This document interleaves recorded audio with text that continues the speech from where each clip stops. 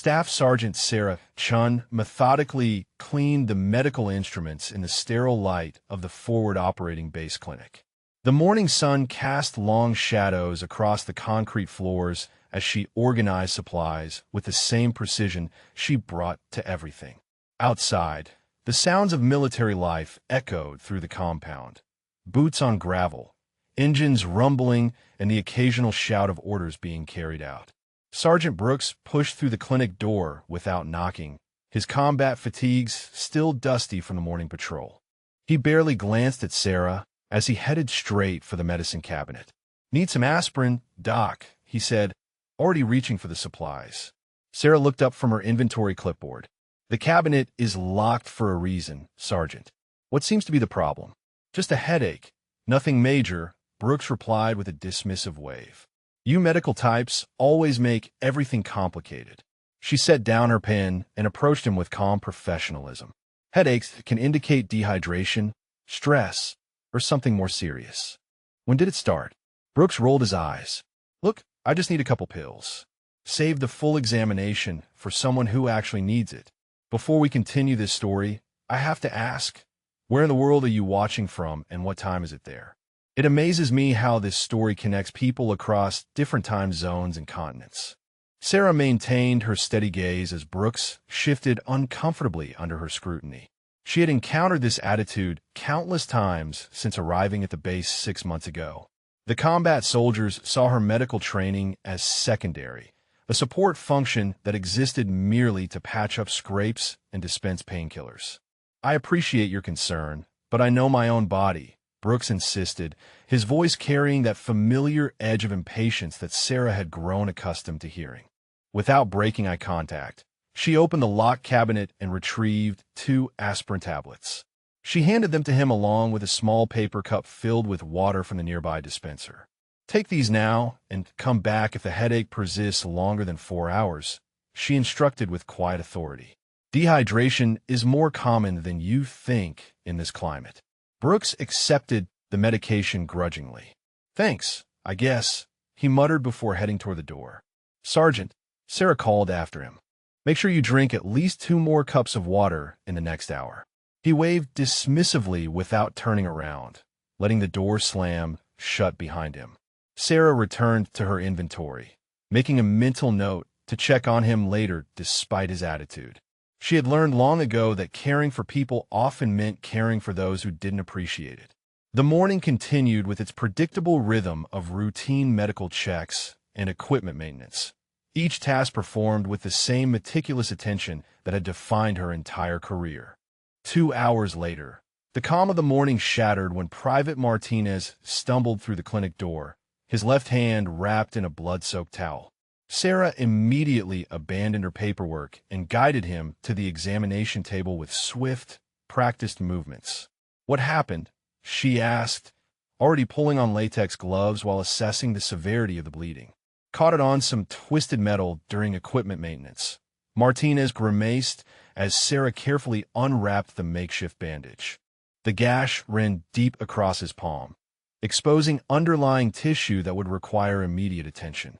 Sarah examined the wound with a thoroughness that surprised Martinez. Her fingers moved with precise confidence as she evaluated the damage, checking for nerve involvement and foreign debris. She irrigated the cut with saline solution, her movements economical yet gentle. "This needs sutures," she announced, reaching for the suture kit. "I need to numb the area first."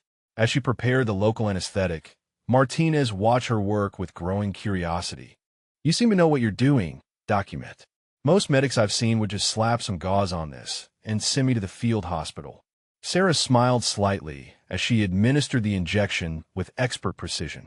Every injury deserves proper care, regardless of how simple it might appear.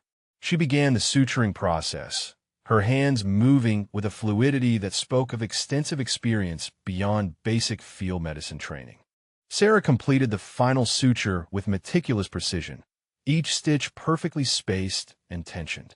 Martinez watched in fascination as she applied antibiotic ointment and wrapped his hand with professional-grade bandaging techniques that seemed far more advanced than standard field medicine protocols. That's some serious needlework, Doc, Martinez said, flexing his fingers experimentally. Where did you learn to suture like that? Medical training covers a lot of ground, Sarah replied diplomatically, cleaning up the medical supplies with the same methodical approach she brought to everything. Keep it dry for 48 hours and change the dressing daily. Before Martinez could ask more questions, the clinic door burst open again. Corporal Williams entered supporting a limping soldier whose ankle had twisted during morning exercises. Sarah immediately assessed the new patient while finishing Martinez's discharge instructions. Take ibuprofen for pain and swelling, she told Martinez. Return immediately if you notice any signs of infection, increased redness, warmth, or discharge. As Martinez left, Sarah turned her attention to the ankle injury. She palpated the joint with expert precision, checking for fractures and ligament damage. Her diagnostic technique impressed Williams, who had expected a quick ice pack recommendation rather than the thorough examination Sarah was conducting. The afternoon brought a steady stream of minor injuries and routine medical checks, each handled with the same level of professional competence that was beginning to set Sarah apart from other medics the soldiers had encountered. The radio crackled to life at 1400 hours, shattering the relative quiet of the afternoon. Sarah looked up from her medical logs as the urgent voice filled the clinic with tension that made her pulse quicken instinctively. Base Clinic, we have multiple casualties incoming. ETA, 15 minutes. Possible IED strike on patrol convoy. Sarah immediately began preparing the clinic for mass casualties, her movements shifting into a higher gear that surprised even herself. She pulled out supplies with practiced efficiency, setting up multiple treatment stations and organizing trauma equipment with the kind of systematic approach that spoke of extensive emergency experience. Sergeant Brooks appeared in the doorway, his earlier dismissive attitude replaced by genuine concern. Doc, you're going to need help. This sounds serious. Contact the base surgeon immediately, Sarah instructed while arranging for supplies and oxygen equipment. We need Dr. Harrison in here now. Brooks made the call while Sarah continued her preparations. The conversation grew increasingly agitated as he spoke into the radio. After several minutes, he turned back to her with worry etched across his features. Bad news. Document Harrison is off base at the field hospital with another emergency. Won't be back for hours. Sarah paused for just a moment, processing this information. Have you ever witnessed someone step up when everything seemed impossible? Sometimes that's when people surprise everyone, including themselves. The distant sound of approaching helicopters grew louder with each passing second.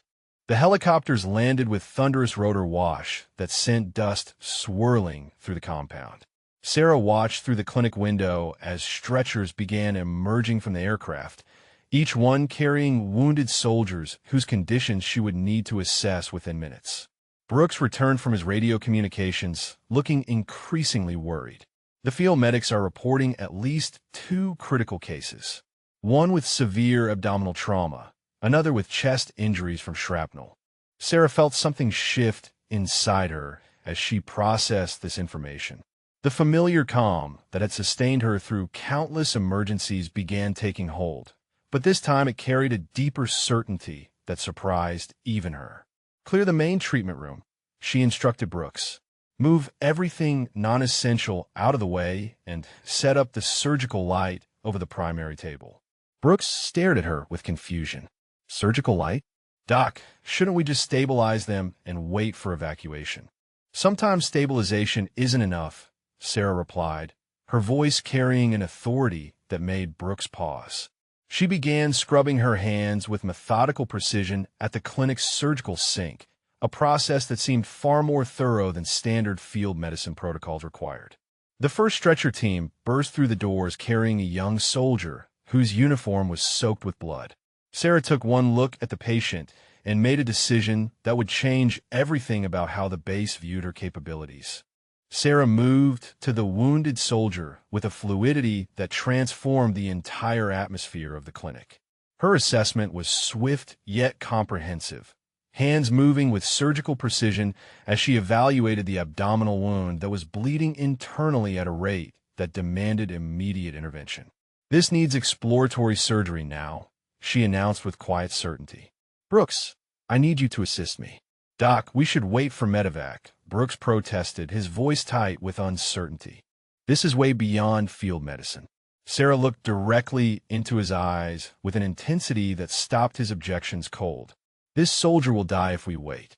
I need your trust for the next hour." She began preparing the patient for emergency surgery with movements that spoke of extensive operating room experience. Her hands moved independently, one starting in 4-line, while the other prepared surgical instruments with the kind of efficiency that comes only from years of practice. Brooks watched in growing amazement as Sarah transformed from the quiet medic he thought he knew into someone displaying surgical expertise that belonged in major trauma centers.